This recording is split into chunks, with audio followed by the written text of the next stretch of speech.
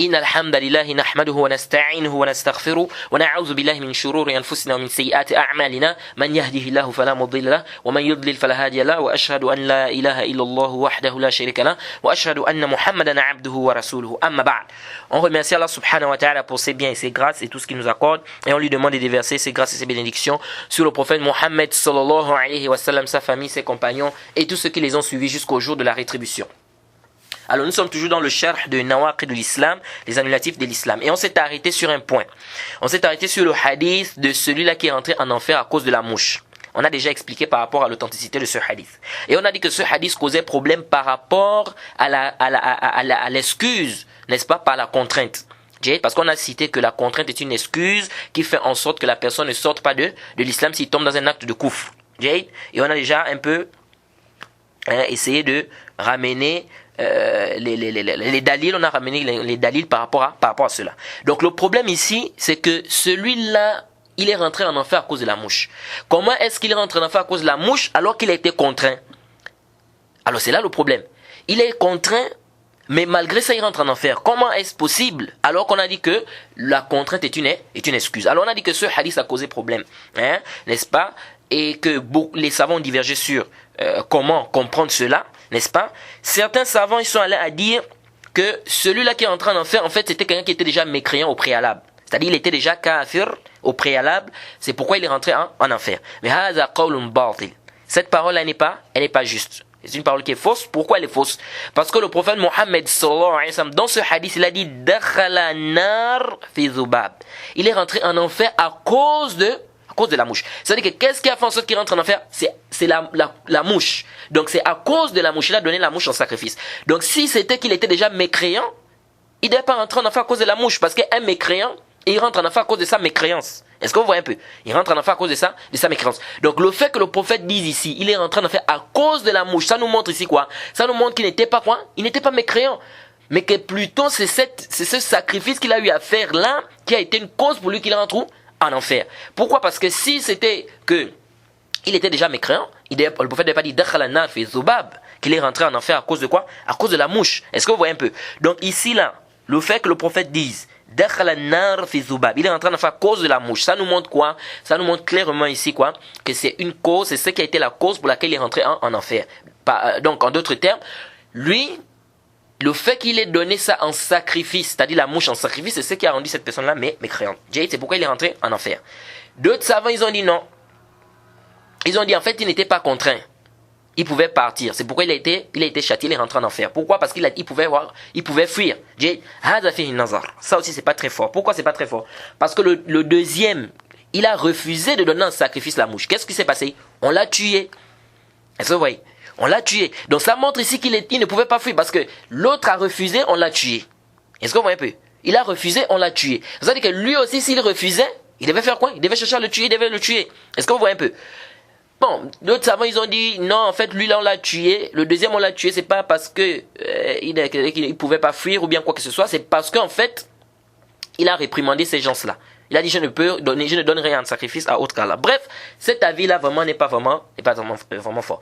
D'autres savants ont dit la contrainte est pardonnée juste pour cette communauté, pas les autres. Quant aux autres communautés, c'est-à-dire les communautés antérieures, ces communautés-là n'étaient pas pardonnées par la contrainte. C'est-à-dire c'est notre communauté, n'est-ce pas? La communauté du prophète Mohammed sallallahu alayhi wa sallam, c'est nous qui sommes quoi pardonnés par contrainte. C'est-à-dire si on tombe dans un acte de kufr par contrainte, il y a le pardon. Allah ne nous tient pas rigueur pour ça.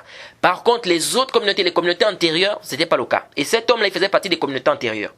Ils ont dit le dalil, c'est que le prophète a dit dans un hadith, Rufi'an ummati al-khata wa nisyan wa mastukrihu alayhi. On a parlé de ce hadith que Allah a dit que on ne tient pas rigueur. Le prophète a dit pardon, on ne tient pas rigueur à ma communauté pour ceux qui ont fait par erreur, par oubli ou par contrainte. Ils ont dit donc ça prouve ici que c'est rien que pour cette communauté. Parce qu'on dit on ne tient pas rigueur à ma communauté. Bon, le hadith, on a déjà expliqué que c'est un hadith où il y a beaucoup de débats des savants sur ça. Certains savants disent que c'est daif, d'autres disent que c'est authentique. Bref, l'avis que nous trouvons juste, c'est l'avis des savants qui ont dit.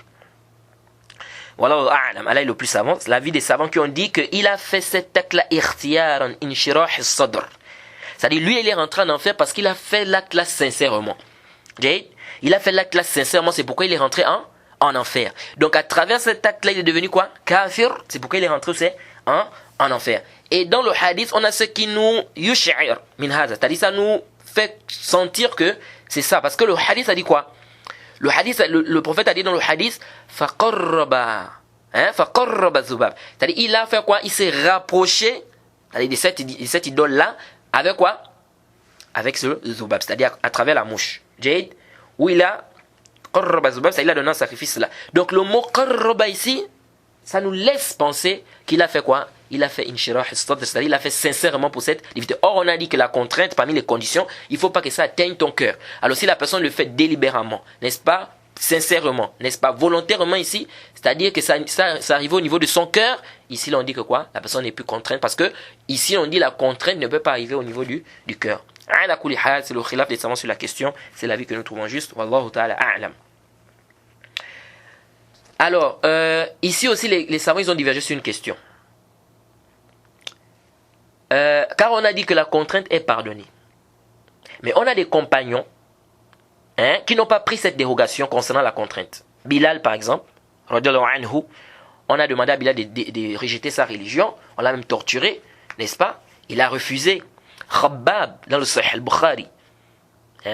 On a pris le fer, on a mis ça au feu, on a mis ça au niveau du dos pour qu'il abandonne la religion, mais il ne l'a pas fait. Jusqu'à il est même venu voir le prophète Mohammed sallallahu alayhi wa sallam en disant: oh messager d'Allah, ya Rasulallah, ud'u lana. Il faut invoquer Allah pour nous. Et le prophète Mohammed sallallahu alayhi wa sallam a dit quoi? Le prophète a dit: vous êtes quoi? Un peuple qui se précipite, vous précipitez. Et les gens qui sont passés avant vous, ils subissaient plus que ça. Parfois on découpait quelqu'un en deux, mais malgré ça il n'abandonnait pas sa religion. Mais le problème c'est que vous êtes qawmun tasta'jilun, c'est-à-dire vous êtes un peuple qui vous précipitez. Le hadith dans Sahih al-Bukhari. Alors, comment comprendre? Alors qu'on sait que la contrainte, elle est pardonnée. Alors, mais ces compagnons-là, on les a torturés. Mais malgré ça, ils n'ont pas fait quoi? Ils n'ont pas cédé. Alors, que va-t-on dire de ces hadiths? Alors, les savants ici, ils ont divergé sur cette question. Est-ce qu'il est mieux pour un musulman qui est contraint? Est-ce que c'est mieux pour lui de subir ce à quoi on le contraint? Ou bien, ici, il doit faire quoi? Il doit dire ou bien faire ce qu'on lui demande de faire. Deux avis des savants. Certains savants, ils ont dit c'est mieux de subir ce à quoi on te contraint. Et c'est de manière zahir, comme si c'est l'avis de l'imam Ahmed. Parce que lorsqu'il y a eu la fitna de Khalq al-Qur'an, lorsqu'on a dit que le Coran a été créé, tout ça a eu une fitna, n'est-ce pas? Que les gens, le chef à l'époque, il disait que le Coran est créé et qu'on forçait même les gens à dire cela, on enseignait même ça dans les écoles, n'est-ce pas? Et on demandait aux savants de dire que le Coran est créé, n'est-ce pas? L'imam Ahmed, on l'a attrapé, on l'a fouetté, on l'a enfermé, on lui a demandé de dire ça, mais il a refusé, malgré qu'il était fouetté, malgré plutôt cela, il n'a pas cédé, il n'a pas dit que bon, le Coran est créé, pourtant il était contraint ici, jusqu'à on rapporte même que certains savants sont venus voir l'imam Ahmed, ils ont dit, mais qu'est-ce que tu fais du hadith de Ammar? Le hadith d'Ammar qu'on a cité, où on lui a demandé d'insulter le prophète, il a insulté, et parce qu'il était sous l'effet de la contrainte. Ils ont dit, qu'est-ce que tu fais de ce hadith? C'est-à-dire, tu es contraint ici, n'est-ce pas? Et l'imam Ahmed a dit quoi? Il a dit, et qu'est-ce que je fais du hadith de Bilal? Et qu'est-ce que je fais du hadith de Khabbab? Vous voyez? Donc de manière apparente, c'est comme si c'est l'avis de l'imam Ahmed wallahu ta'ala alam. Bref, il y a deux avis des savants. Il y a des savants qui ont dit ici que le mieux c'est de prendre, c'est-à-dire que de subir ce à quoi on te contraint. D'autres ont dit non, le mieux c'est de prendre la dérogation, c'est-à-dire de faire ou de dire ce qu'on te demande de dire, n'est-ce pas? Car ici là c'est quoi? C'est une dérogation et tu n'es pas tenu rigueur pour cela parce que tu es contraint. Jade?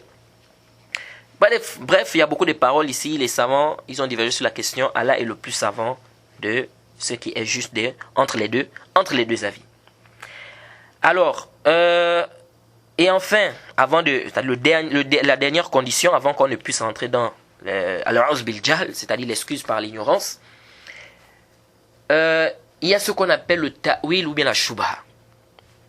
Jade, avant de déclarer que quelqu'un qui est à la base musulmane est mécréant, il faut enlever l'ambiguïté, la shubha. Car la personne peut avoir des ambiguïtés. Exemple, quelqu'un qui invoque un wali, il croit par exemple que comme pour voir le président, il faut aller voir des secrétaires, n'est-ce pas? Alors donc si on veut invoquer Allah subhanahu wa ta'ala, il faut passer par un wali. Soi-disant, c'est-à-dire qu'un saint, soi-disant. Alors, Ça, c'est quoi? C'est une ambiguïté. Ou bien quelqu'un, il pense que le vin est quoi? Est halal. Il dit pourquoi? Parce qu'Allah dit وَلَا تَقْرَبُوا الصَّلَاةَ وَأَنْتُمْ سُكَارَى حَتَّى تَعْلَمُوا مَا تَقُولُونَ. Lui, il prend le verset, il dit, Allah dit, n'approchez pas la prière lorsque vous êtes sous, jusqu'à ce que vous sachiez ce que vous dites. Donc, il prend ce verset-là, il pense ici que ça veut dire ici que le vin n'est pas interdit. Il dit par exemple que ça veut dire ici quoi? Ça veut dire ici que si j'ai bu le vin, ce qui est interdit, c'est que je ne dois pas approcher la prière. Mais je peux boire le vin. Lui, il en dit quoi? Il a une ambiguïté. Il est dans un milieu, par exemple, où il y a quoi? Il y a que des ignorants. Il n'y a pas quelqu'un qui peut lui enseigner. Il prend le verset là, il dit que le verset là, ça prouve ici quoi? Ça prouve ici que le vin est halal. Lui là, il a quoi? Il a une choubha, il a une ambiguïté. Celui-là, on doit faire quoi? Avant de déclarer qu'il est mécréant, on doit enlever l'ambiguïté pour lui dire que non, le verset là, ça ne prouve pas que quoi? Que le vin est halal, n'est-ce pas? Ce verset est abrogé. Allah était clair, il a interdit clairement le vin dans la sourate Maïda au verset 90, n'est-ce pas? Sourate 5, verset 90. Donc on doit enlever quoi? La choubha que cette personne a ici là concernant quoi? Concernant cela.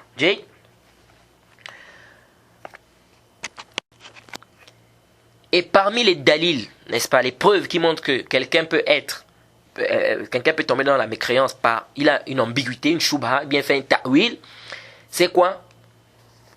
Parce que le ta'wil, ou bien la shubha, comme dit Mohammed ibn Saïd Raslan, dans son livre qu'il a écrit sur le takfir, mu'ayyan, que en fait c'est quelqu'un, c'est-à-dire c'est le fait qu'un musulman tombe dans un acte de kufr, intabihu, un musulman qui tombe dans un acte de kufr, n'est-ce pas?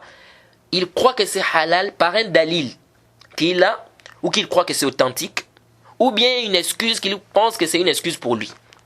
Celui-là, il a quoi? Une ambiguïté. Et ici, là, quand on dit la shubha, ou bien le ta'wil, par rapport, ici, là, à ce qu'on est en train d'expliquer sur le takfir, intabihu ici, on a dit un musulman qui tombe dans un acte de kufr. Parce qu'il y a des gens maintenant qui viennent, ils te disent, on ne doit pas prendre cette condition-là, on ne doit pas prendre ça comme empêchement. Ils disent parce qu'il n'y a pas une personne, ou bien il n'y a pas une secte, sans qu'il ne soit dans quoi? Sans qu'il n'ait des ambiguïtés. Ils disent que même les koufars, les juifs et les chrétiens, ils ont des ambiguïtés. Donc ça veut dire qu'ici, même eux, on ne doit pas dire que c'est des koufars, on dit haza qawlun batil. Pourquoi? Parce que ici, le débat, ce n'est pas sur quoi? Ce n'est pas sur un kafr. Ici, le débat, c'est sur un musulman qui tombe dans un acte de kufr, par une ambiguïté. Ici, ce n'est pas un kafr. Un kafr, il est kafr. Parce que aslan, les savants ont mis les shurut là. Pourquoi? Quand vous voyez shurut takfir, les savants ils ont placé les conditions là. Shurut takfir, c'est pourquoi les savants ils ont placé ces conditions là. C'est pour un musulman qui tombe dans un acte de kufr. Quand on dit shurut takfir, c'est-à-dire les conditions du takfir, c'est-à-dire avant qu'on ne déclare ce musulman de mécréant. Mais un mécréant, lui il est déjà mécréant à la base. Quelles conditions on veut encore? C'est-à-dire il n'est pas rentré dans l'islam. Tout celui qui ne rentre pas dans l'islam, tout celui qui n'accepte pas l'islam, on le considère comme étant un mécréant. Et on met des ahkam zahiran sur lui, des ahkam du kufr sur lui, c'est-à-dire on ne prie pas sur lui, on ne le lave pas, etc. Parce qu'il n'est pas rentré dans l'islam. Mais maintenant, si c'est quelqu'un qui n'a jamais entendu le message de l'islam et tout ça, lui, son cas avec Allah, c'est une autre mas'ala là-bas. Mais lui, on le considère comme étant un mécréant. Parce que aslan, il n'est pas rentré dans l'islam. Et le kufr, c'est quoi? But de l'iman, c'est le contraire de la foi. Mais ici, là, nous, on est en train de parler de quelqu'un qui est à la base musulman, mais qui tombe dans un acte de quoi? De kufr.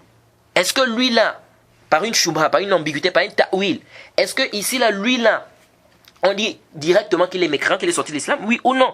Donc c'est pas la peine de venir dire non, les koufars aussi, ils ont une ambiguïté, parce que même les koufars, ils disent quoi? Les juifs par exemple, les chrétiens par exemple, ils disent que Jésus, Isa, c'est le fils d'Allah. Comment ça ils disent que c'est le fils d'Allah? Oh, parce qu'ils ont l'ambiguïté, c'est quoi? C'est qu'ils disent que Isa est venu au monde sans papa, sans père. Ils disent donc ça veut dire que c'est Allah qui est son père. Vous voyez? Donc s'ils ont une ambiguïté, ils vont te dire ils ont une ambiguïté. Donc comme ils ont une ambiguïté ici, est-ce qu'on va dire que les juifs, c'est pas les chrétiens, c'est pas des koufars? On dit que c'est des koufars. Ils disent donc la condition là de l'ambiguïté, on peut pas prendre ça. Parce que ici le débat n'est pas quoi? N'est pas sûr un kafr, aslan. Et leur parole elle est complètement batil. Est-ce que vous voyez un peu? Donc leur ambiguïté ça ne tient pas. Et c'est pourquoi quand on discute souvent avec ces gens, on leur dit que mais qu'est-ce qui vous étonne? Allah subhanahu wa ta'ala a fait venir Adam au monde sans père, sans mère. Il a fait venir Ève au monde à travers Adam. Elle n'a pas de mère. Nous, on vient avec le père et la mère. Isa est venu avec la mère sans le père. Qu'est-ce qui est étonnant là? Si déjà Allah subhanahu wa ta'ala il a fait venir Adam sans père, sans mère, mais qu'est-ce qui est plus, c'est-à-dire qu'est-ce qui est plus difficile, mais qu'est-ce qui est difficile à Allah de faire? Ici, là. Il n'y a rien de difficile. Il a fait venir quelqu'un sans père, sans mère. C'est faire venir quelqu'un avec une mère sans père qui est difficile à Allah. Ça, c'est pas difficile à Allah. Et Allah était clair dans le Coran. وَقَالُوا اتَّخَذَ الرَّحْمَنُ وَلَدًا. Dans la sourate Maryam. وَقَالُوا اتَّخَذَ الرَّحْمَنُ وَلَدًا لَقَدْ جِئْتُمْ شَيْئًا إِدًّا تَكَادُ السَّمَاوَاتُ يَتَفَطَّرْنَ مِنْهُ وَتَنشَقُّ الْأَرْضُ وَتَخِرُّ الْجِبَالُ هَدًّا أن دعوا للرحمن ولدا وما ينبغي للرحمن أن يتخذ ولدا إن كل من في السماوات والأرض إلا آتي الرحمن عبدا. C'est clair. Allah a dit, ils ont dit le tout miséricorde s'est attribué à un enfant. وقالوا اتخذ الرحمن ولدا. Ils ont dit le tout miséricorde s'est attribué à un enfant. لقد جئتم شيئا إدا. Allah dit quoi? Vous avancez certes là une chose abominable. تكاد السماوات يتفطرن منه وتنشق الأرض وتخر الجبال هدا. Elle a dit quoi? Peu s'en faut que les cieux ne s'en trouvent à ces mots, que la terre ne se fonde et que les montagnes ne s'écroulent. أن دعوا للرحمن ولدا. Du fait qu'ils ont attribué un enfant au tout miséricordieux. وما ينبغي للرحمن أن يتخذ ولدا إن كل من في السماوات والأرض إلا آتي الرحمن عبدا. Hein? Alors qu'il ne convient nullement tout miséricordieux d'avoir un enfant, tous ceux qui sont dans les cieux et sur la terre ne se rendront auprès du tout miséricordieux sans exception qu'en tant que serviteur. Qu'en tant que quoi? Serviteur. Ça c'est clair dans la sourate Maryam. Donc leur shubha là, c'est une shubha qui est quoi? Qui est batila. Et ici là le débat c'est pas sur un kaf aslan. Ici le débat c'est sur un musulman qui tombe dans un acte de kufr par ambiguïté. Ici on doit faire ce qu'on appelle izalat shubha. Et les savants lorsqu'ils ont mis, vous lisez dans les livres de takfir, ils vont vous mettre ça comme condition. Donc, parmi les preuves, les dalils qui, quand les savants parlent de cette question-là, les dalils qu'ils apportent pour montrer que la personne peut tomber dans le kufr, n'est-ce pas, par shubha, par une ambiguïté, un ta'wil, et la personne peut être excusée. Ils amènent le hadith de Bukhari et Muslim de celui qui a fait quoi? Qui a demandé à ses enfants de le brûler. Hein? Il a dit brûlez-moi et balancez quoi? Jetez mes cendres, n'est-ce pas? Il dit de peur que quoi? Il pensait qu'Allah subhanahu wa ta'ala devait pas quoi? Devait pas le ressusciter, c'est-à-dire regrouper ses cendres, etc. Celui-là, malgré ça, il a été excusé. On va voir ce hadith. Hein, parce que quand on va citer les preuves concernant l'excuse par l'ignorance, on va parler de ça ici. Et on va parler de ce hadith également. Ce hadith est clair. Et quant aux gens qui viennent qui disent non, le hadith là c'est un hadith de mutashabiha. Non, c'est pas mutashabiha, c'est clair. C'est un hadith qui est clair. Et les savants le citent quand ils parlent de la question de quoi l'excuse n'est par l'ignorance, comme le Cheikh al-Islam Tamiya et bien d'autres. Les savants le citent quand ils parlent également de la question de quoi? Du shubha et du ta'wil. Parmi les preuves également, le hadith qui vient d'Abdur Razzaq, Musannaf d'Abdur Razzaq, le hadith de Qudama ibn Ma'zoum et certains compagnons qui ont rendu le vin halal au temps de Omar ibn al-Khattab. Ils ont rendu le vin quoi? Halal. Rendre le vin halal, c'est du kufr ou bien c'est pas du kufr? C'est du kufr akbar, sarih. C'est de la mécréance, la grande mécréance. Parce que quand quelqu'un rend le vin halal, ça veut dire quoi? Ça veut dire que c'est comme s'il dit, c'est-à-dire Allah dit que le vin est haram, lui il dit non c'est halal. Donc il est kafir, il est mécréant. Ces compagnons, ils ont rendu le vin halal. Mais Omar ibn al-Khattab n'a pas considéré que ces compagnons sont devenus des mécréants. Au contraire, pourquoi? Parce qu'ils avaient quoi? Ils avaient une ambiguïté. Ils se sont appuyés sur le verset où Allah subhanahu wa ta'ala dit Laysa 'ala alladhina amanu wa 'amilu s-salihat junahun fima ta'imu idha mattaqaw wa amanu wa 'amilu s-salihat thumma ittaqaw wa amanu thumma ittaqaw wa ahsanu. Ça c'est dans la sourate 5 au verset 93. Allah dit ce n'est pas un péché pour ceux-là qui ont la foi et font des bonnes œuvres en ce qu'ils ont consommé comme le vin, etc., pourvu qu'ils soient pieux et qu'ils croient et qu'ils fassent de bonnes œuvres, puis qu'ils continuent d'être pieux et de croire et qu'ils demeurent pieux et bienfaisants. Ils sont appuyés sur le verset là. Donc le verset ici a dit qu'il n'y a pas de mal à ceux-là qui ont fait des bonnes œuvres, qui ont cru, n'est-ce pas, pour ceux qu'ils ont consommé, pourvu qu'ils soient pieux, n'est-ce pas. Donc ils se sont dit que nous on a cru, n'est-ce pas. Donc il est permis pour nous de boire le vin, mais pourvu qu'on soit pieux. Le verset qui est dans la sourate, il est dans la sourate quoi? Sourate 5 au verset 93. Laysa 'ala alladhina amanu wa 'amilu s-salihat junahun fima ta'imu idha mattaqaw wa amanu wa 'amilu s-salihat thumma ittaqaw wa amanu thumma ittaqaw wa ahsanu. C'est ça le verset. Alors ici là, c'est une ambiguïté ou pas? C'est une ambiguïté. Omar ibn al-Khattab les a fait venir.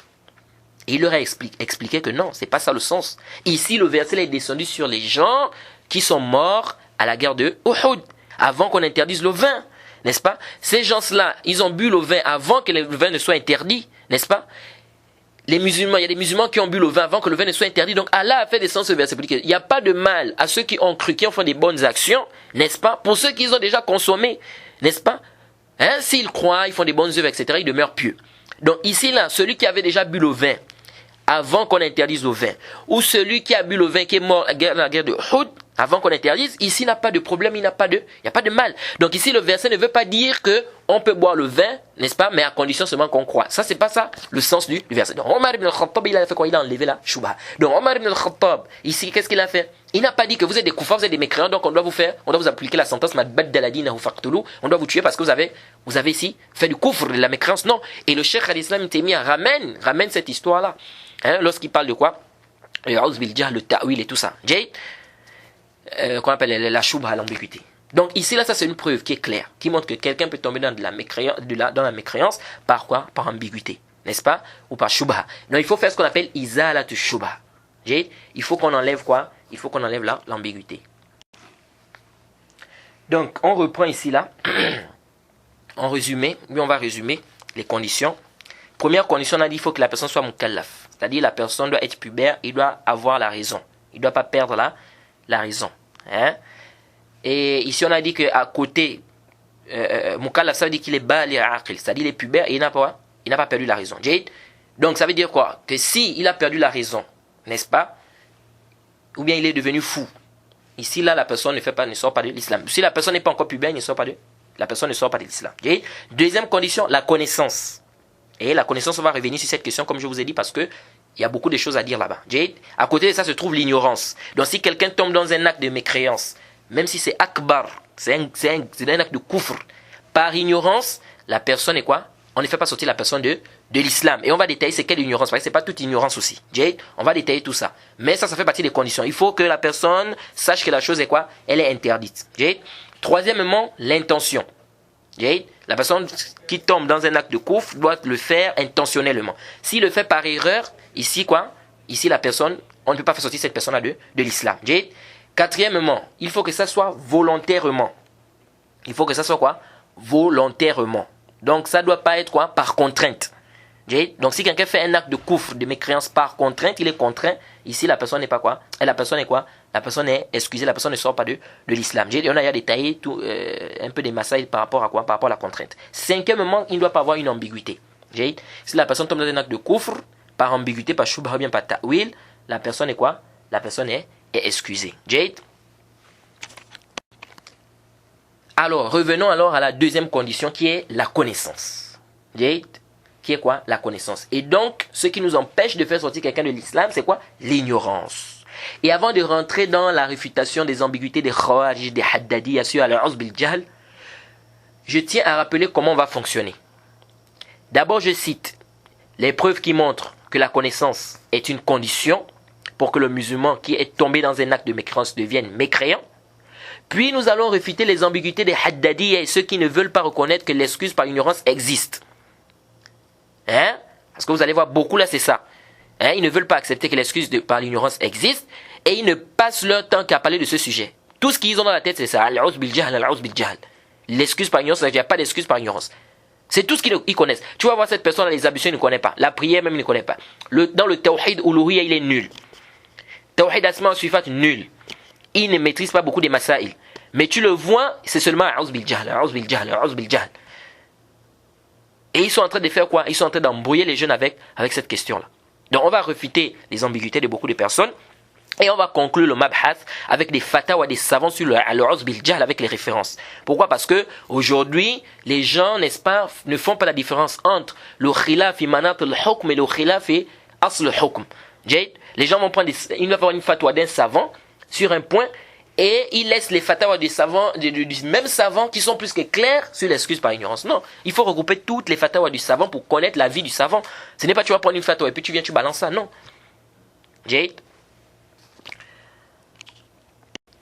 Alors, parmi les preuves claires qui montrent que la personne est excusée par ignorance, quelqu'un qui tombe dans un acte de kufr, il peut être excusé par ignorance, c'est venu dans la sourate 47 au verset 25. Sourate 47 au verset 25. Allah dit Innal ladhina irtaddu ala adbarihim min ba'di ma tabayyana lahumul huda shaytan sawwala lahum wa amla lahum. Jade, soit 47 au verset 25. Allah dit, et le cher Ubayd al-Jabiri, rahimahullah, lorsqu'il a parlé de l'excuse par l'ignorance, il a ramené ce verset. Jade, hafizahullah, pardon. Il a dit, Allah dit ceci dans le verset, ceux qui sont revenus sur leurs pas après que le droit chemin leur a été clairement exposé, le diable les a séduits et trompés. Qui sont ceux-là? Après que le droit chemin leur a été clairement exposé. Donc il faut quoi? Il faut le bayan. Il faut quoi? Il faut le dalil. Il faut l'explication. Il faut quoi? Que la personne ait quoi? La connaissance. Allah dit encore dans la sourate 9 au verset 115. وَمَا كَانَ اللَّهُ لِيُضِلَّ قَوْمًا بَعْدَ إِذْ هَدَاهُمْ حَتَّى يُبَيِّنَ لَهُمْ مَا يَتَّقُونَ. Sourate 9 verset 115. وَمَا كَانَ اللَّهُ لِيُضِلَّ قَوْمًا بَعْدَ إِذْ هَدَاهُمْ حَتَّى يُبَيِّنَ لَهُمْ مَا يَتَّقُونَ. Allah n'est point, Allah dit ceci dans la sourate 9 verset 115. Allah n'est point tel à égarer un peuple après qu'il les a guidés jusqu'à ce qu'il leur ait montré clairement ce qu'ils doivent éviter. C'est clair ici. Allah est clair. Allah n'est point tel à égarer un peuple après qu'il les a guidés jusqu'à ce qu'il leur ait montré clairement ce qu'ils doivent éviter. Donc ici, il faut quoi? Il faut le dalil. Parmi les dalils, il faut la preuve. Ici, parmi les dalils aussi dans la sourate 4 verset 115. Et ça, c'est parmi, comme dit le Cheikh Ibn Uthaymin, on va voir ça, quand le Cheikh va parler de ça dans le chapitre de Sahih Muslim ou Bukhari, si je ne m'abuse. Il dit que c'est min asrah dalil. C'est-à-dire parmi les dalils les plus clairs sur l'excuse par ignorance. Allah dit dans la sourate 4, verset 115. وَمَنْ يُشَاقِقِ الرَّسُولَ مِنْ بَعْدِ مَا تَبَيَّنَ لَهُ الْهُدَى وَيَتَّبِعْ غَيْرَ سَبِيلِ الْمُؤْمِنِينَ نُوَلِّهِ مَا تَوَلَّى وَنُصْلِحِ جَهَنَّمَ وَسَاءَتْ مَصِيرًا.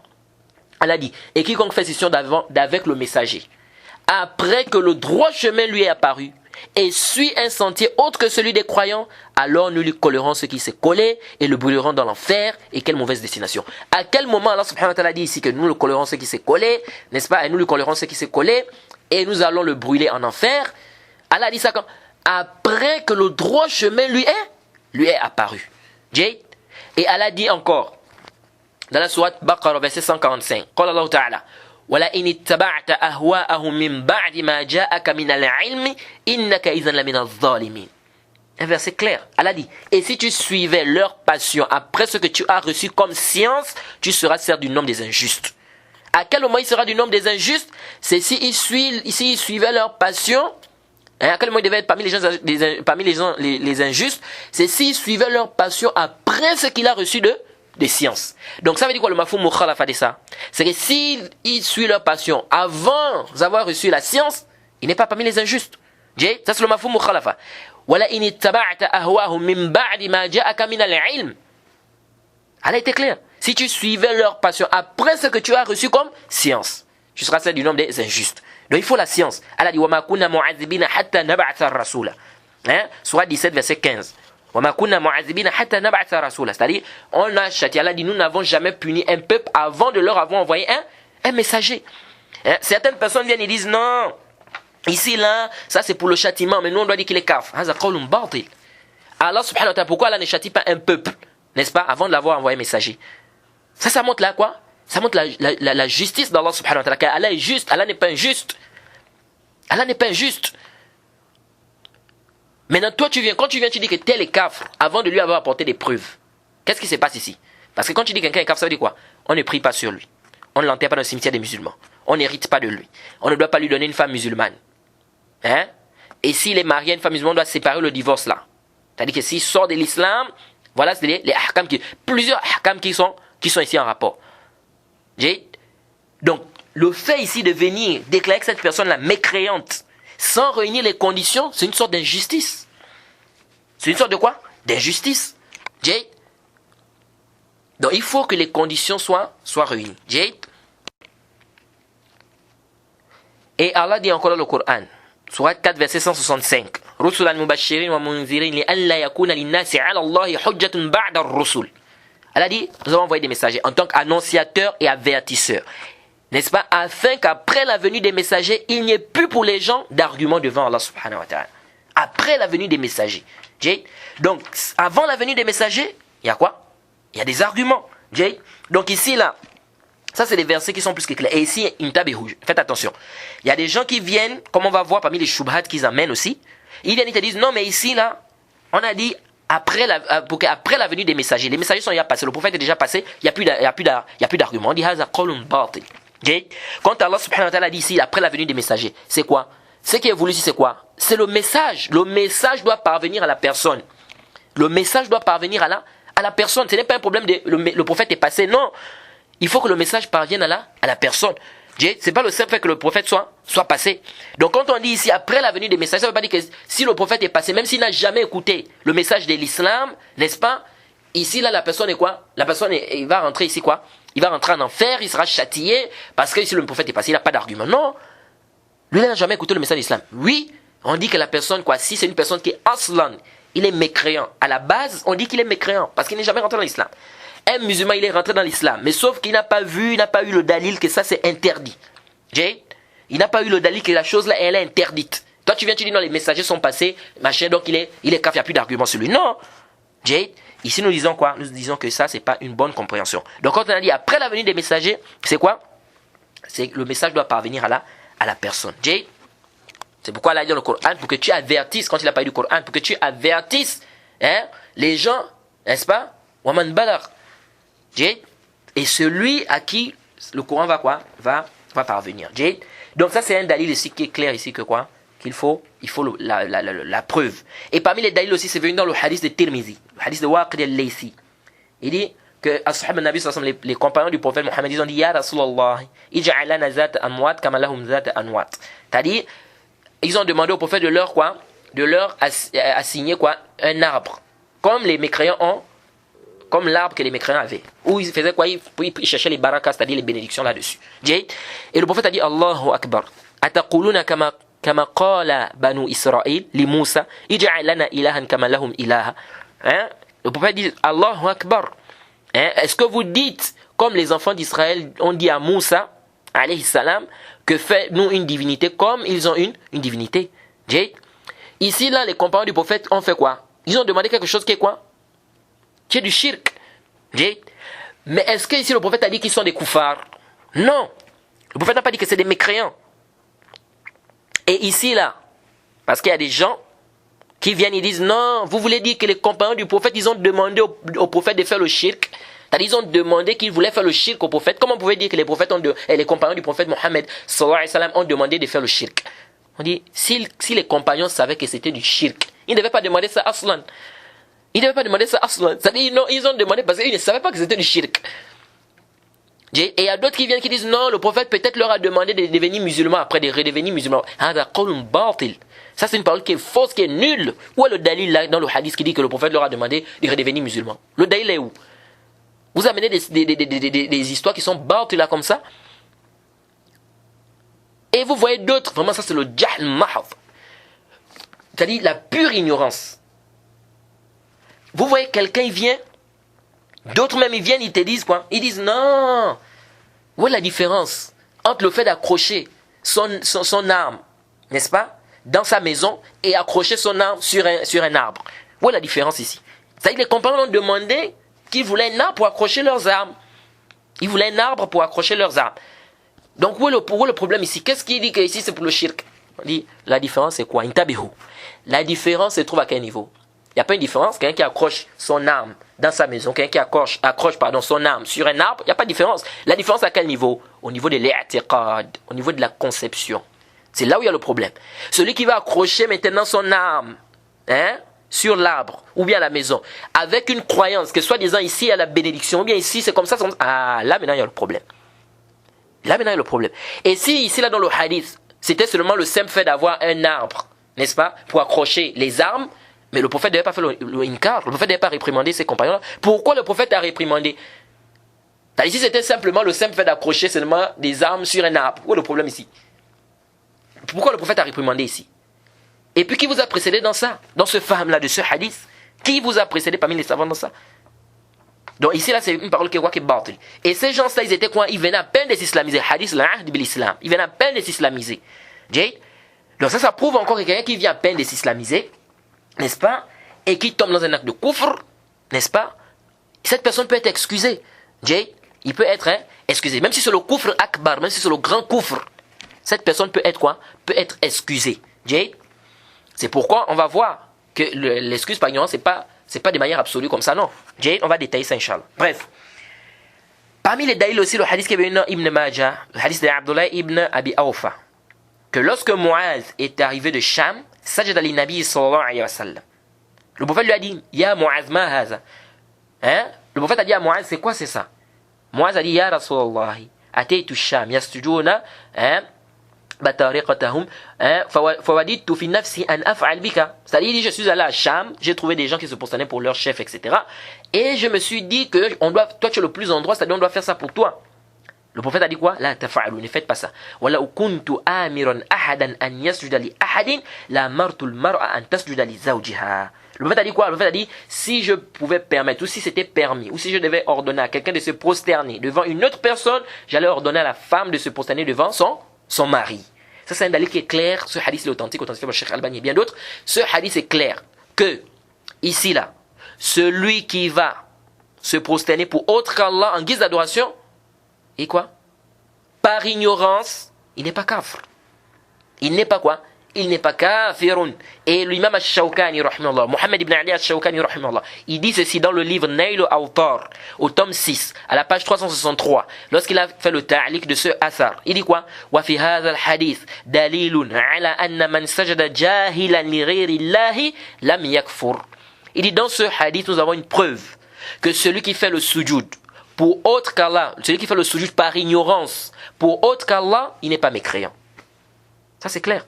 Et ici je profite à rappeler, celui qui se prosterne pour autre qu'Allah, il est kafr ou bien il n'est pas kafr? Intabihu. Ici là, les savants ils ont divergé sur cette question. Intabihu huna. Les savants ils ont divergé sur cette question. Certains savants ont dit celui qui se prosterne, je sais que beaucoup de gens peut-être n'ont jamais écouté ce que je suis en train de dire là, mais intabihu. Certains savants ont dit celui qui se prosterne pour autre qu'Allah, il est kafr, il est mécréant, il n'y a pas de détails, il n'y a pas de tafsir. D'autres savants ont dit non, nous on va faire le détail, tel que l'imam al-Shawkani rahimahullah et bien d'autres, Zayla'i, Zahabi, bien d'autres. Ils ont dit quoi ici? Ils ont dit non, attention, celui qui se prosterne pour autre qu'Allah en guise d'adoration, il est kafr. Mais celui qui se prosterne pour autre qu'Allah en guise de salutation ou de respect, il n'est pas kafr, mais il a fait quelque chose de haram. Il faut faire la différence. Et ça c'est l'avis qui est juste. Voilà, c'est l'avis que nous adoptons. C'est quoi? C'est que celui qui se prosterne pour autre qu'Allah, il y a des détails. On dit bien il y a une divergence. Donc quand vous allez aller voir dans des livres, il y a des savants qui disent celui qui se prosterne pour autre qu'Allah, il est kafir, il n'y a pas de tafsir à faire. Il y a des savants qui le disent. Hein? Quelqu'un va aller lire ça, il va dire oh mais comment ça? Comment quelqu'un il peut dire qu'il n'est pas kafir, il y a un tafsir à faire, alors qu'il y a des savants qui disent non. On dit bien qu'ici il y a une divergence. Il y en a qui disent qu'il est kafir sans détail. Il y en a qui font les détails. Ils disent non. Ils disent si la personne se prosterne en guise de salutation ou de respect, il n'est pas kafir parce qu'il n'a pas fait le kufr, mais il a fait quelque chose qui est haram. Et ça c'est l'avis qui est juste. Pourquoi? Et l'imam al-Shawkani dans son livre Sayl al-Jarrar, n'est-ce pas, il a amené cet avis là, en disant quoi? Il a soutenu cet avis en disant que celui qui se prosterne pour autre qu'Allah en guise d'adoration il est kafir. Mais celui qui le fait en guise de salutation, non. Pourquoi ils ont dit ça ces savants là? Ils ont dit ceci, que si on dit que c'est du kufr sans détail, ça veut dire quoi ici? Ça veut dire qu'Allah subhanahu wa ta'ala, il y a un moment il a permis le kufr. Et ça, non. Parce qu'il y a des choses qu'Allah n'a jamais permis. Comme le shirk et le kufr. Allah n'a pas permis le shirk, Allah n'a jamais permis le kufr. Donc ici on dit que se prosterner pour autre qu'Allah, c'est du kufr, ça veut dire quoi? Ça veut dire sans détail, ça veut dire ici qu'Allah, il y a un moment, Allah a permis le kufr.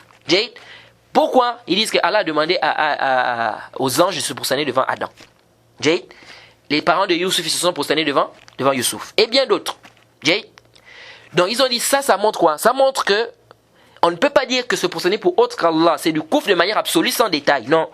Ils disent celui qui le fait par respect, ou bien celui qui le fait en guise de salutation, il n'est pas kafir. Mais il a fait quelque chose d'interdit. Parce que ça, c'était permis aux communautés qui sont passées avant nous. C'est-à-dire, ceux qui sont passés avant nous, il était permis pour eux de se prosterner devant une personne autre qu'Allah. C'est-à-dire se prosterner devant autre qu'Allah en guise de quoi? De salutation ou en guise de respect. C'était permis. Comme les parents de Youssouf ont fait à Youssouf. Ou bien Allah a demandé aux anges de se prosterner devant Adam. Ça c'est pas en guise de quoi? C'est pas en guise d'adoration pour qui? Pour Adam, ou bien c'est pas en guise d'adoration ici pour qui? Pour Youssouf.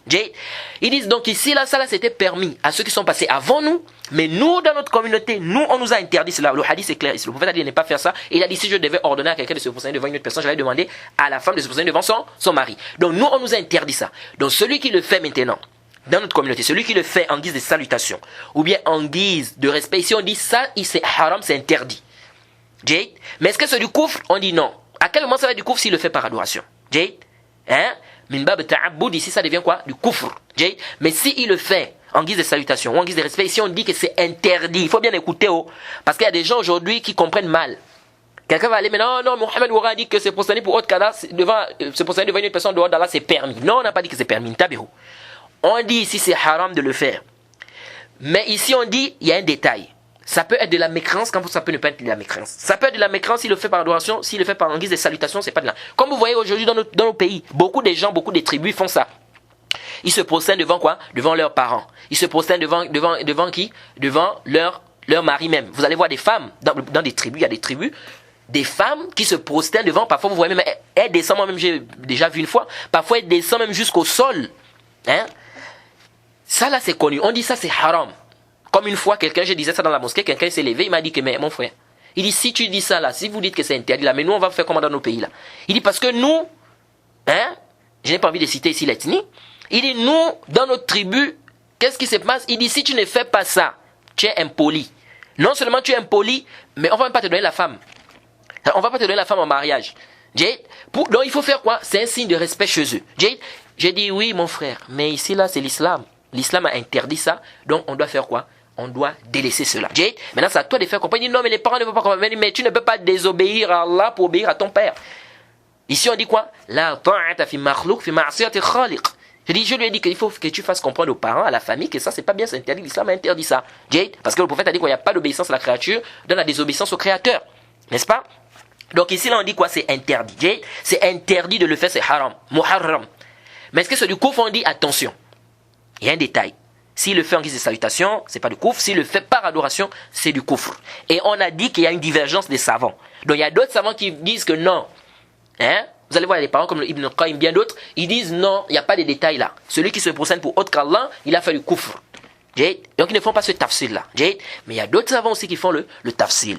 Et nous sommes d'avis des savants qui font le tafsil, qui font le détail. Wallahu ta'ala a'lam.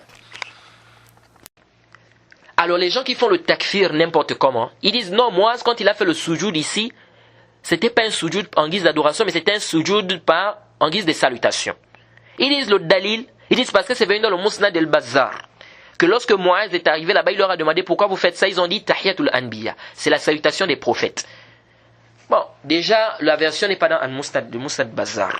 On voit des gens qui insistent à venir amener ça, non, c'est dans le Musnad al-Bazzar, c'est pas là-bas. La version est venue dans le Mustadrak d'Al-Hakim. Et cette version-là, vous voyez, hein, quand les gens, pourquoi il faut faire attention aux gens des sectes. Quand vous amenez la version-là, il faut amener toute la version, il faut amener la fin. La fin, qu'est-ce qu'on a dit à la fin?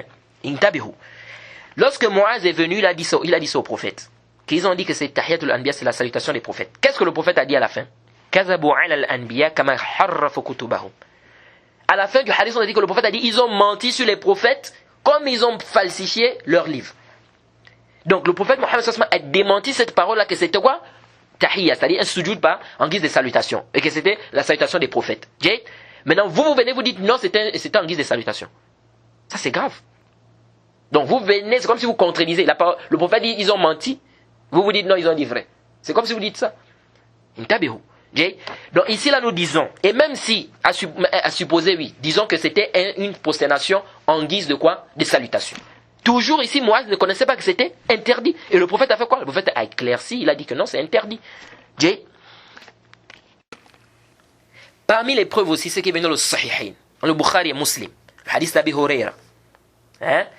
Anna rajulan qala, إذا أن مت فأحرقوني ثم اسحقوني ثم ذروني في اليم فوالله لئن قدر علي ربي لا يعذبان عذابا ما عذبه أحدا من العالمين فقال الله تعالى له ما حملك على هذا قال خشيتك يا رب. Ça c'est un hadith qui est dans Bukhari Muslim, vous connaissez tous. Le hadith est un peu long, on l'a résumé. C'est-à-dire quelqu'un, n'est-ce pas, parmi les gens qui nous ont précédés, comme le prophète dit ici dans le hadith, c'est-à-dire que le prophète nous dit qu'un homme a demandé à sa famille, il a dit à sa famille, si je meurs, il faut faire quoi? Il faut me brûler. Parce qu'il a demandé quel père je suis pour vous? Ils ont dit, tu es un bon père. Il a dit, non, je suis un mauvais papa. Parce qu'il a pensé quoi? Qu'il a fait trop de péchés. Il a dit, si je meurs, il faut me brûler, n'est-ce pas? Et quand je serai en cendre, vous dispatchez, ou bien vous dispersez quoi? Mes cendres. Il dit, pour que au moins, Allah subhanahu wa ta'ala ne puisse pas me ressusciter. Si Allah me ressuscite, n'est-ce pas? Il regroupe mes cendres, il va me châtier un châtiment qui n'a châtié à personne sur la terre. Alors Allah subhanahu wa ta'ala a demandé, n'est-ce pas, à l'endroit où on a balancé, c'est-à-dire parce qu'il a dit balancer une partie à la mer, une autre partie, n'est-ce pas, à l'air, n'est-ce pas, ou bien à terre. Allah a demandé à la mer de rassembler, à la terre de rassembler quoi, ses cendres. Et il était debout devant Allah subhanahu wa ta'ala. Allah lui a demandé pourquoi tu as fait ça, qu'est-ce qui t'a poussé à faire ça? Il a dit quoi? Khashiyatuka ya Rabb. Il a dit c'est ta crainte, ô Seigneur. C'est-à-dire c'est à cause, c'est-à-dire j'ai eu une peur de toi, c'est pourquoi j'ai fait ça. Et le prophète dit quoi? Que Allah subhanahu wa ta'ala lui a pardonné. Allah lui a pardonné. Donc il a été pardonné. Intabihu. Qu'est-ce que cette personne a fait ici? Attention ici. Il a douté de la quoi? De la puissance d'Allah. Puisqu'il a pensé qu'Allah ne pourra pas le ressusciter. Donc ici, il a fait quoi? Il a douté. On doutait là ici. Du qudratillah, c'est-à-dire de douter de la puissance d'Allah. C'est quoi? C'est du kufr. Bila shak. Bila niza'. Bila khilaf. Sans divergence des savants. Douter de la puissance d'Allah, c'est du kufr, c'est de la mécréance. Donc il a fait quoi ici, cette personne-là? Il a fait du kufr, du sarih, de la mécréance. Mais malgré ça, il a été pardonné. Il a été pardonné. Et on va voir, parce qu'il y a des gens qui amènent une choubha par rapport à ça. Ils disent non, il n'a pas douté. En fait, il a douté sur, on dit, un juz min qudratillah. Mais même si c'est un juz min qudratillah, c'est toujours du kufr. C'est-à-dire, ils disent non, il a douté c'est une partie de la puissance d'Allah. Ce n'est pas, en fait, il n'a pas douté de la puissance d'Allah de manière absolue. D'une partie. Même s'il doute d'une partie, c'est toujours le kufr. C'est toujours le kufr. Donc ça, c'est une choubha qui ne tient pas. قال أبو محمد بن حزم محمد بن حزم il a dit quoi dans son livre Al-Fisal fil Milal wal Ahwa wal Nihal au tome 3 à la page 140 quand il a fait le ta'liq de ce hadith qu'on vient de citer il a dit فهذا إنسان جهل إلى أن مات أن الله يقدر على جمع رماده أو إحيائه وقد غفر الله له لإقراره وخوفه وجهله انتبه. Il dit quoi Ibn Hazm? Il dit cette personne-là, il a ignoré jusqu'à ce qu'il est mort que Allah subhanahu wa ta'ala est capable de rassembler ses cendres et de le faire revivre. Il dit Allah subhanahu wa ta'ala lui a pardonné du fait qu'il a reconnu cela à cause de sa peur et son ignorance. Donc il a été pardonné à cause de quoi? De son jahl. Cheikh al-Islam Ibn Taymiyyah il dit dans le Majmu' al-Fatawa au tome 3, n'est-ce pas, à la page 231, il dit wa kuntu da'iman azkuru al-hadith allazi fi as-sahihayn. Cheikh al-Islam Ibn Taymiyyah rahimahullah il dit quoi? Il dit et je cite toujours le hadith qui est venu dans le Bukhari et Muslim dans le Sahihayn fi ar-rajul allazi qala. Le hadith de celui-là qui a dit à sa famille, il a cité le hadith, c'est-à-dire celui qui a dit à sa famille quoi? Brûlez-moi si je meurs, balancez une partie là-bas et une autre partie de mes cendres là-bas, c'est cela. Ce hadith qu'on vient de citer là. Ensuite, le Cheikh Al-Islam Taymiyyah il dit, donc il a cité le hadith, après il dit, فَهَذَا الرَّجُلُ شَكَّ فِي قُدْرَةِ اللَّهِ. Écoutez, hein, il dit cet homme-là, il a douté sur la puissance d'Allah subhanahu wa ta'ala. وَفِي إِعَادَتِهِ et sur le fait qu'Allah peut le ramener, ou bien qu'Allah va le ramener. Donc si, c'est-à-dire il a douté qu'Allah subhanahu wa ta'ala va le ramener si quoi? Si il est rendu en cendre, c'est-à-dire qu'il est brûlé jusqu'à devenir de la cendre. Mais il a même pensé annahu la yu'ad, il a pensé qu'on ne pourra pas le ramener. Wa hadha kufrun bittifaq al-muslimin. Il dit il a pensé qu'on ne pouvait pas le ressusciter. Il dit et ça c'est de la mécréance par consensus des savants. وهذا كفر باتفاق المسلمين. Donc ceux-là qui viennent qui disent non, il a douté d'une partie de la puissance. Même si c'est une partie de la puissance, c'est toujours du kufr. Et par consensus des savants, c'est de la mécréance. Il dit walakin, Cheikh Al-Islam Taymiyyah continue, il dit walakin kana jahilan. Attention ici, il dit quoi? ولكن كان جاهلا لا يعلم ذلك وكان مؤمنا يخاف الله أن يعاقبه فغفر له ذلك. Hein? Il dit quoi? Il dit, mais il était ignorant, il ne connaissait pas cela, c'était incroyant, il craignait Allah subhanahu wa ta'ala, c'est-à-dire qu'Allah subhanahu wa ta'ala puisse le châtier, il craignait qu'Allah subhanahu wa ta'ala puisse le châtier, et Allah subhanahu wa ta'ala lui a pardonné à cause de ça. Et Allah subhanahu wa ta'ala lui a pardonné cela. Donc c'est clair. Il dit walakin kana jahilan la ya'lam dhalik. Il était ignorant, il ne connaissait pas. Donc il était excusé dans un truc qu'il a fait comme étant du kufr akbar, que le Cheikh Hassan Temia a dit tifaq, par consensus c'est du kufr akbar. Malgré ça le Cheikh Hassan Temia quoi, il était ignorant et il a été pardonné. Ibn al-Qayyim a dit quoi? Fi Madarij as-Salikin. Ceux qui disent qu'Ibn al-Qayyim ne voit pas l'excuse par ignorance en amenant une fatwa d'Ibn al-Qayyim qui n'ont pas bien compris et qu'ils ont déplacé de leur contexte. On va même parler de ça parce que c'est parmi les ambiguïtés qu'ils amènent. Ibn al-Qayyim dit ceci. Fi Madarij as-Salikin. Ceux qui disent non, Ibn al-Qayyim ne voit pas l'excuse par ignorance de manière mutlaqan, de manière absolue. Ils ont eu ça où on ne sait pas. Ils ont eu ça où on ne sait pas.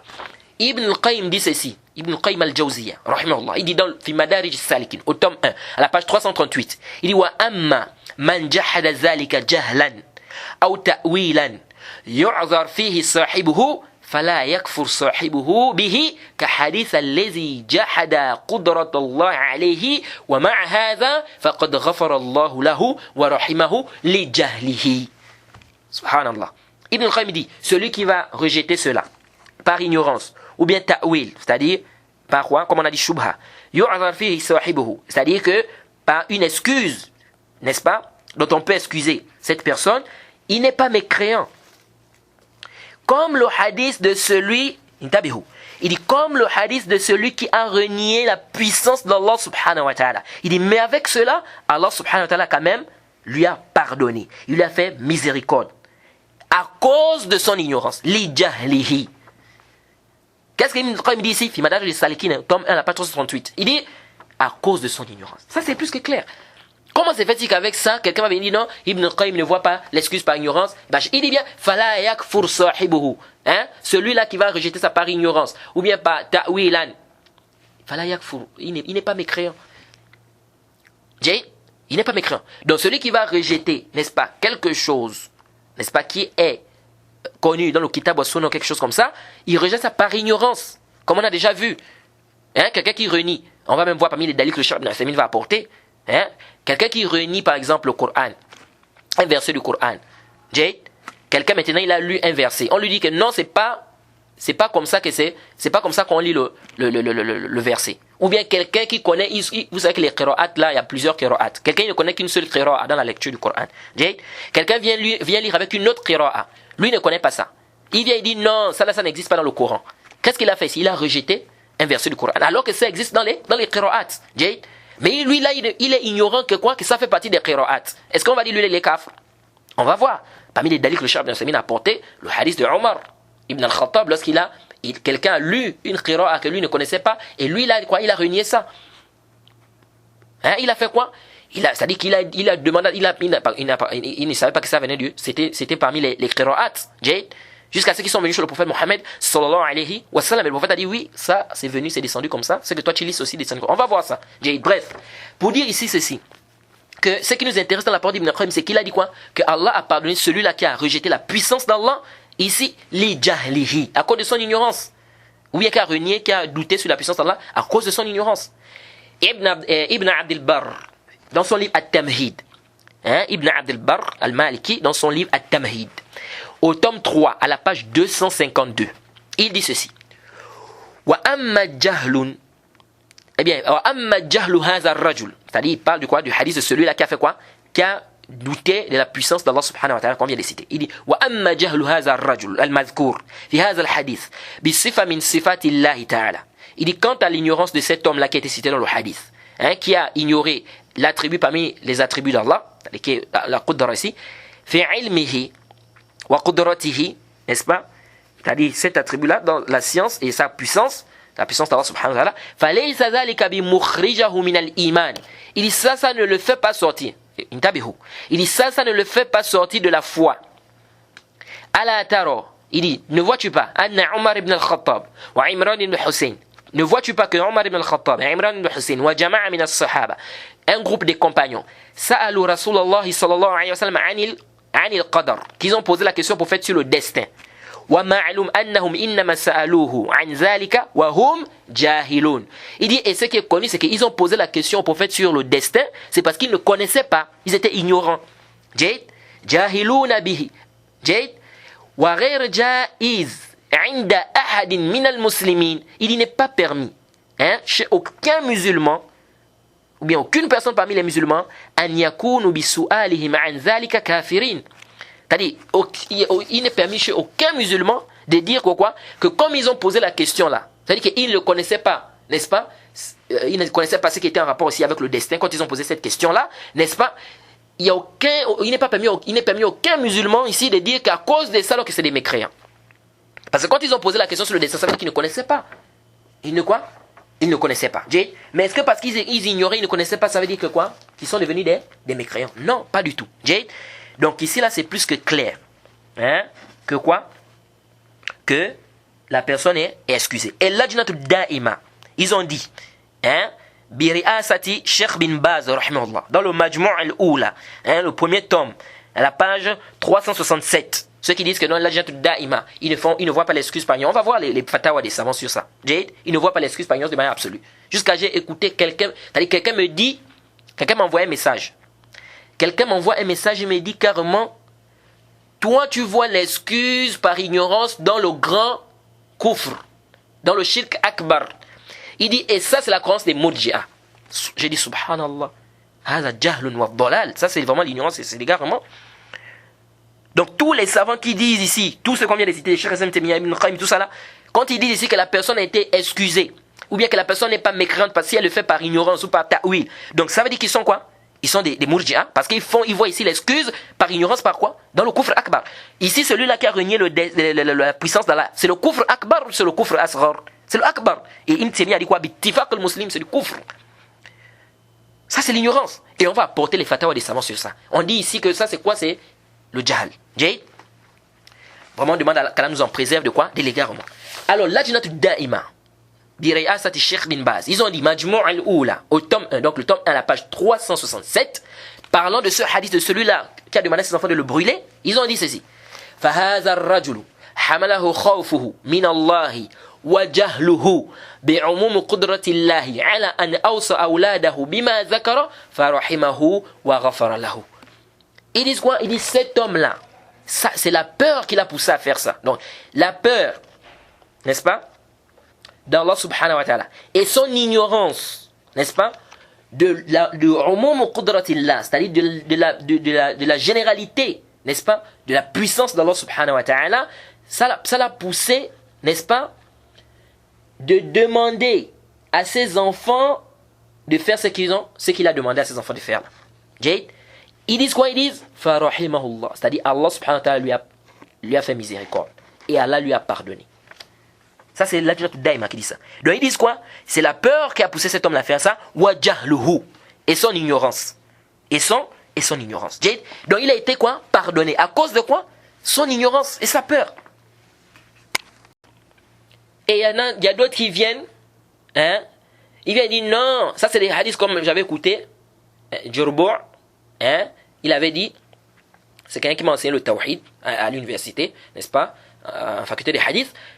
Il dit non, ce hadith fait partie, c'est quelqu'un dont les savants mettent en garde, parce qu'il a quoi, il a un peu il tend vers quoi, vers les conceptions des haddadis, etc. Il est venu, il dit non, ce hadith, ça c'est un hadith, parce que lui son problème c'est quoi, il nous a fait tout le début du fasl jusqu'à la fin du fasl, tous les jours les débats c'était sur al-uz bil jahl. Al-uz bil jahl. On commence le cours, on ne doit pas finir le cours là, c'est al-uz bil jahl. On ne va pas finir le cours, c'est la mas'ala sur al-uz bil jahl. Et tous ceux qui ne sont pas d'accord avec lui, n'est-ce pas, sur son mawqif de al-uz bil jahl, l'excuse par ignorance, il classe ces gens, ça soit des murji, soit ils sont égarés. Alors il vient, il dit non, ici c'est des hadiths mutashabih, c'est-à-dire c'est des hadiths qui ne sont pas clairs, c'est des hadiths ambigus. Quel hadith qui sont ambigus? C'est un hadith qui est clair. C'est un hadith qui est clair. Quel hadith ambigu? Subhanallah. Les hadiths que les savants expliquaient, ils ont apporté des paroles, Ibn Qayyim, Sheikh Islam Ibn Taymiyyah, Ibn Abdel Barr et le reste, Ibn Hazm et tout le reste. Ils ont apporté en disant que la personne a été excusée, etc. Les jahlihi, quand de son ignorance, toi tu viens, tu dis non, c'est des hadiths ambigus. Quel hadith ambigu? Tout ça parce que quoi? On veut faire le takfir des gens n'importe comment. Et voilà encore quelqu'un là, Abdurrahman Shakir, qui a écrit le livre Mala Sih Tawhid Labihi. Voilà, c'est pour ça qu'on dit aux gens qu'il faut faire très attention.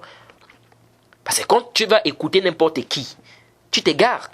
Il faut se rattacher aux savants de la sunna qui sont reconnus. Lui là, il vient, il dit ce hadith là, c'est pas un dalil. Hein? Et regardez, hein, ça c'est vraiment le jahl. Il dit ça, ce hadith là, ce n'est pas un dalil qui va dire que la personne est excusée par ignorance. Il dit comment ça? Il dit parce que cette personne a été excusée parce qu'il a fait le tawbah. Comment se fait-il qu'il a fait quelqu'un qui a fait le tawbah, c'est-à-dire quelqu'un qui a demandé à la pardon, vous venez encore prendre ça comme dalil pour dire que la personne est excusée par ignorance. Il a fait le tawbah. Il dit c'est venu dans le tafsir d'Ibn Kathir. Que Ibn Kathir, lorsqu'il a fait le tafsir de la parole, il dit Waliman khafa maqama rabbih. Hein? Il a amené quoi? Ibn Kathir a dit Qala Ibn Abi Hatim. Ibn Abi Hatim a dit Haddathana Abi. Qala haddathana Muhammad ibn Musayfi. Qala haddathana Baqiya. Hein? عن أبي بكر ابن مريم عن عطية بن قيس في قوله لمن خاف مقام ربكم on a dit ici نزلت في الذي قال أحرقوني بالنار تاب يوما وليلا بعد أن تكلم بهذا فقبل الله منه فدخله الجنة. Ils disent que Ibn Kathir a rapporté dans son tafsir ça, cette version-là, que Ibn Abi Hatim a dit que mon papa a dit, que Mohammed ibn Sufay a dit, que Baqiya a dit, que Abi Bakr ibn Maryam a dit, que Atiyya ibn Qais a dit, par rapport au verset Liman khafa maqama rabbihi, il a dit quoi? Que ce verset est descendu sur celui-là qui a demandé à ses enfants de le brûler. Et il dit quoi? Il s'est répandu, n'est-ce pas? Et il s'est repenti, pardon. Il s'est repenti un jour et une nuit après avoir parlé cette parole-là, et Allah subhanahu wa ta'ala a accepté ce repentir de lui et il a fait rentrer au paradis. Intabihu. Regardez comment on vient égarer les gens.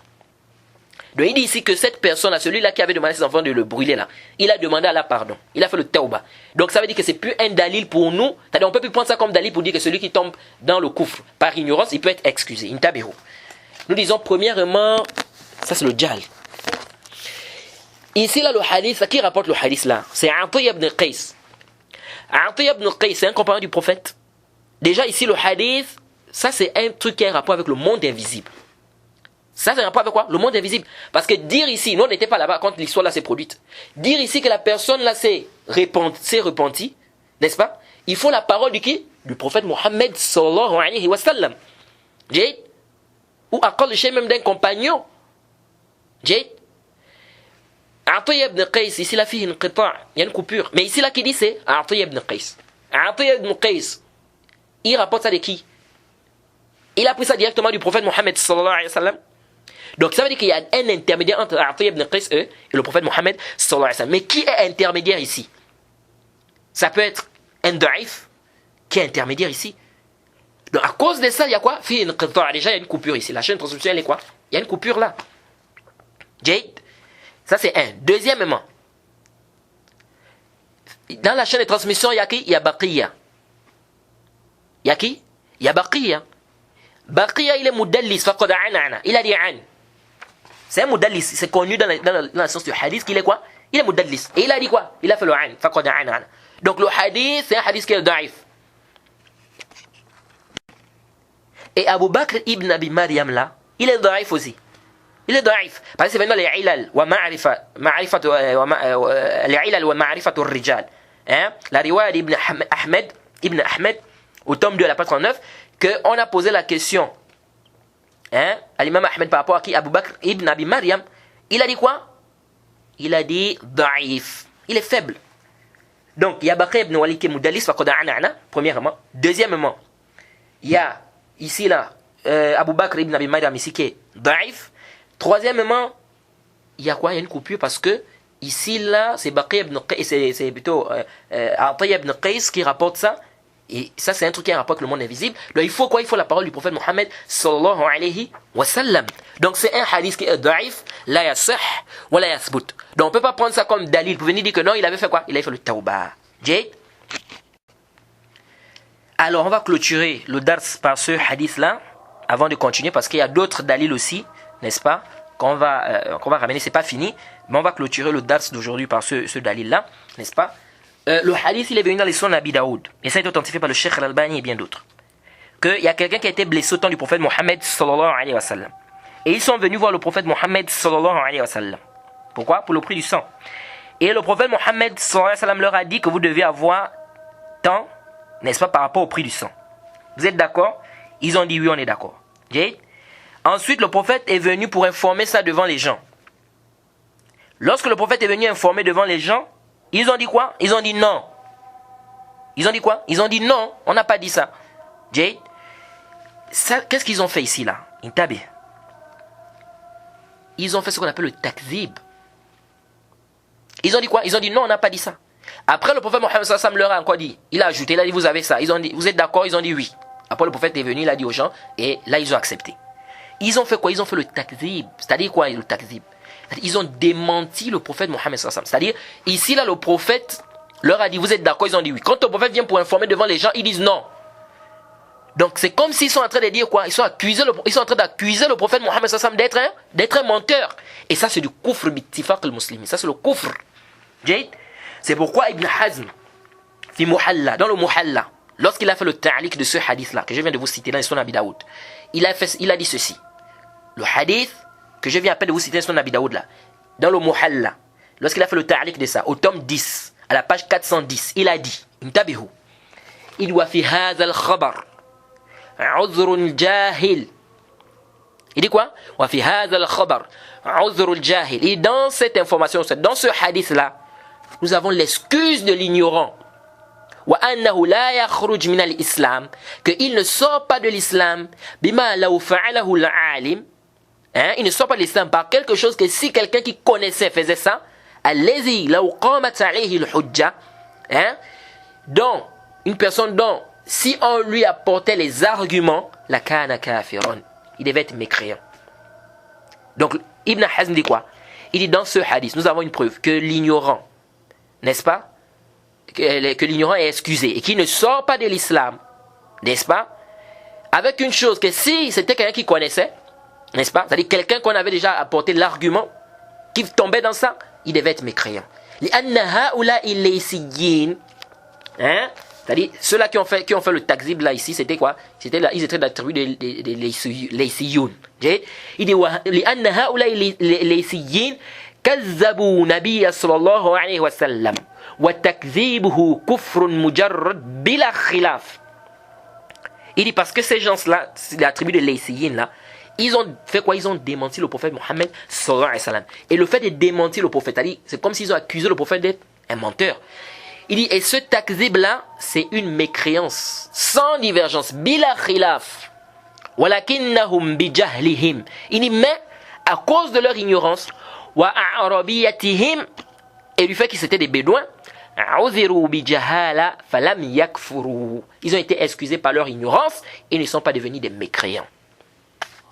Ibn Hazm est clair ici. Il dit quoi ici? Il dit le fait de démentir le prophète, c'est du kufr bila khilaf, sans divergence. Il dit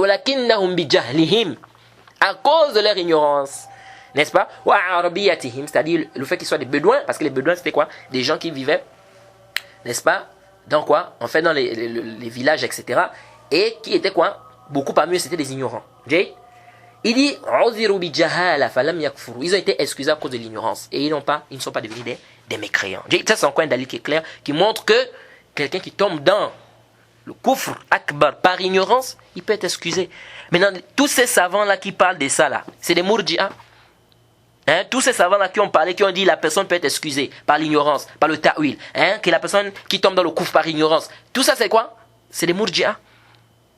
Donc ça c'est le jahl devenu dit que celui qui excuse par ignorance dans le kufr akbar ou le shirk akbar, il fait partie de quoi? Il fait partie des murji'a. Ça c'est le bolal ça. C'est vrai. Comme on va voir que ici là, les savants, c'est pas n'importe quelle ignorance, c'est pas toute ignorance qui est quoi? Qui est acceptée. Mais on doit d'abord revenir sur le as de la mas'ala. Remettons d'abord la mas'ala au clair. Le as, l'origine c'est quoi? La personne qui tombe dans un acte de kufr, il peut être excusé. Il peut être excusé. Cette personne peut ne pas être kafr. N'est-ce pas? Parce qu'il est quoi? Parce qu'il est ignorant ici. Mais maintenant, à quel moment la personne est excusée? Tout ça, ça c'est un autre débat là-bas. Mais on doit d'abord reconnaître d'abord le os de la mas'ala. Et c'est pourquoi on va voir l'ignorance que les gens font, c'est-à-dire le jahl que les gens ont. Ils ne font pas la différence entre le khilaf manat le hukm et le khilaf asl le hukm. Et c'est ce qui amène quoi? Ce qui amène beaucoup de divisions aujourd'hui dans quoi? Dans la communauté. Et on va parler de ça, n'est-ce pas, quand on va revenir, quand on va parler de l'annulatif 3, man lam yukaffir al-mushrikin. Ou shakka fi kufrihim, ou sahaha mazhabahum. Kafar. Donc le cher a dit quoi? Celui-là qui va pas rendre mécréants les associateurs, ou bien qui va rendre leur mazhab authentique, qui va considérer ça comme étant authentique, n'est-ce pas? Ou qui va douter de leur mécréance, il est mécréant. On va détailler ça, parce que les gens des takfir, les gens qui font le takfir n'importe comment, ils amènent beaucoup cette règle-là. Il fait le takfir de quelqu'un, toi tu n'es pas d'accord avec lui, il te dit, va regarder l'annulatif 3. Intabihu. Jade. Donc ça là c'est important pour nous de comprendre cela. Jade. Donc on va revenir sur ça quand on va parler de quoi? De cet annulatif là. Donc on va s'arrêter par ici pour ce cours d'aujourd'hui. Inch'Allah c'est pas fini, il y a encore d'autres arguments qu'on va apporter, les paroles des savants. On est toujours sur cette mas'ala de al-'udh bil jahl. Jade. Pourquoi? Parce qu'il y a trop d'ambiguïté, les gens se sont embrouillés, les gens comprennent mal les paroles et vraiment les gens sont vraiment dans un comment dire, c'est-à-dire qu'ils sont vraiment ils sont dans des ambiguïtés. Donc il faut éclaircir certains points. Donc on va s'arrêter par ici. On demande qu'Allah nous facilite, qu'Allah nous guide. Wa subhanaka Allahumma bihamdik wa ashhadu an la ilaha illa anta astaghfiruka wa atubu ilaik. Assalamu alaikum wa rahmatullahi wa barakatuh.